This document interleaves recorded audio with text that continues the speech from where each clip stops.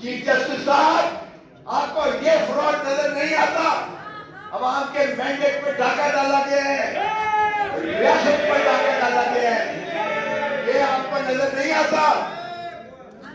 اور پھر بندر بانٹ ہو رہی ہے۔ جب شہباز شریف وزارت حکومت کا امیدوار بنا تو ہم نے اعتراض کیا، عمر ایوب نے اعتراض کیا، میں نے وکالت کی کہ یہ شخص جو اپنے حلقے سے ہارا ہوا ہے وہ یہاں بھی گھس بیٹھیا ہے اسمبلی میں، اور وہ سارے پاکستان 25 کروڑ عوام کا چیف ایگزیکٹو کیسے بن سکتا ہے؟ اور ہم نے کہا کہ اس کو ذرا فورنسک کروا لے، فارم 47 دیکھ لے، فارم 45 دیکھ لے، اور انہوں نے اگلے دن انہوں نے ویب سائٹ پر ڈالا الیکشن کمیشن نے، اور بچے نے دیکھا کہ کتنا بڑا فراڈ۔ اور بھائی تم نے 825 کو اگر 325 کیا تو کم از کم کوئی عقل تو استعمال کر لیتے، یا آپ نے 1500 میں سے ایک کاٹ دیا اور 1000 کم کر دیا ووٹ۔ یہ بھی نیکڈ آئیز سے آپ کو فراڈ نظر آیا، اور پھر انہوں نے منہدم کر دیا اسے، لیکن وہ اس وقت تک قوم کے سامنے سبھی چیزیں آ چکی ہیں۔ تو ہم نے یہی تقاضا کیا کہ اگر عوام کے آپ مینڈیٹ کو بحال نہیں کرتے، نہ ہم اسمبلی چلنے دیں گے، نہ حکومت چلنے دیں گے، نہ ہم اس خداداد مملکت کو راڈ کے نیچے عوام کے مینڈیٹ پر ڈاکہ ڈالنے دیں گے۔ اور ہم نے 3 دن یہ ثابت کیا اسمبلی میں کہ ہم احتجاج بنائیں، ہم عوام کی آواز بن کر ہر فورم پر جو کہ ہم سے پوچھتا ہے ووٹر کہ ہم نے اتنا مینڈیٹ ہیوی آپ کو دیا، آپ نے ہمارے حقوق کے کیا کیا؟ تو اگر اس طرح سے ڈاکہ مارتے ہیں، اور آئین میں دیکھیے، آئین میں صرف اور صرف عوام ہی مقتدر ہیں، آئین میں صرف اور صرف آرٹیکل 7 میں عوام کو حق ہے نمائندے بھیجنے کا اسمبلی میں اور پارلیمان میں، اور انہی سے جو ہے حکومت بنتی ہے، عوامی نمائندے سے۔ اس میں نہ مقتدر حلقہ ہے کوئی، نہ فرشتے ہیں، نہ عدلیہ ہے۔ اور آرٹیکل 5 میں کہا ہے لائلٹی ٹو دی اسٹیٹ، مطلب وفاداری عوام کے ساتھ اور تابعداری آئین کے ساتھ۔ یہ ہے رول آف لا، تابعداری آئین کے ساتھ۔ یہ ہر پاکستانی شخص پر فرض ہے، چاہے وہ آرمی چیف ہے، چاہے وہ چیف جسٹس آف پاکستان ہے، چاہے وہ کوئی بھی ہے پاکستان میں، بڑے سے بڑا بھی ہے، وہ عوام کا ہے۔ ارے بھائی، عوام کے خون پسینے کی کمائی کے ٹیکسوں سے تمہیں تنخواہ ملتی ہے، تمہیں مراعات ملتی ہے، تم یہ سارے جو کچھ آل بان شان ہے وہ عوام کے خون پسینے کی کمائی کے ٹیکسوں سے ہے۔ تو پھر تم جو تمہیں تنخواہ دیتا ہے، تم اس کے اوپر ملکیت کا حق کیسے جتاتے ہو؟ اور ایک ہی ادارہ ہے پارلیمان جو عوام ہے، جن کو پریمیسی اور سپرمیسی ہے، باقی کوئی عوام وہ ادارہ نہیں ہے۔ باقی سب سروس آف پاکستان ہے، باقی سب ملازم ہے ریاست کے، چاہے وہ عسکری قیادت ہو، چاہے وہ عدلیہ ہو، چاہے کوئی بھی ہو، وہ ملازم ہے عوام کے ٹیکسوں سے تنخواہیں لینے والے عوام کے بادشاہ کیسے بن جاتے ہیں؟ اب آپ نے جو ہے تاج پوشی کے لیے لندن سے ایک شخص کو لے کر آ گئے ہو، اس کو دیکھنے لائق ہے اس کی شکل، جب وہ پارلیمان میں بیٹھتا ہے تو وہ اتنا شرمندہ ہوتا ہے اپنے زمین تلے، ایسے لگتا ہے کہ وہ زمین پھٹ جائے گی اور یہ دفن ہو جائے گا۔ میں تو پہلے ہی کہتا تھا یہ قریب یہ فلائی آؤٹ کرے گا، لندن واپس جائے گا اور کہے گا مجھے کیوں بلایا۔ اور بھائی صاحب کو اب بندر بانٹ ہو رہی ہے ریاستی عہدوں کی، ایک شخص کو صدر بنا دیا ہے، ایک کو وزیر اعظم بنا دیا ہے، ایک کو وزیر اعلیٰ بنا دیا ہے، کسی کو گورنر بنا رہے، کسی کو وزراء بنا رہے۔ او بھائی، یہ عوام کی امانت ہے، آپ کی عوام کی امانت میں آپ کیسے خیانت کر سکتے ہو؟ اور کیسے ہم ہونے دیں گے؟ رول آف لا کی نفی نہیں ہونے دیں گے۔ میں خراج تحسین پیش کرتا ہوں شاداب جعفری کو اور آپ سب جو IAS کے دوست آئے ہوئے ہیں۔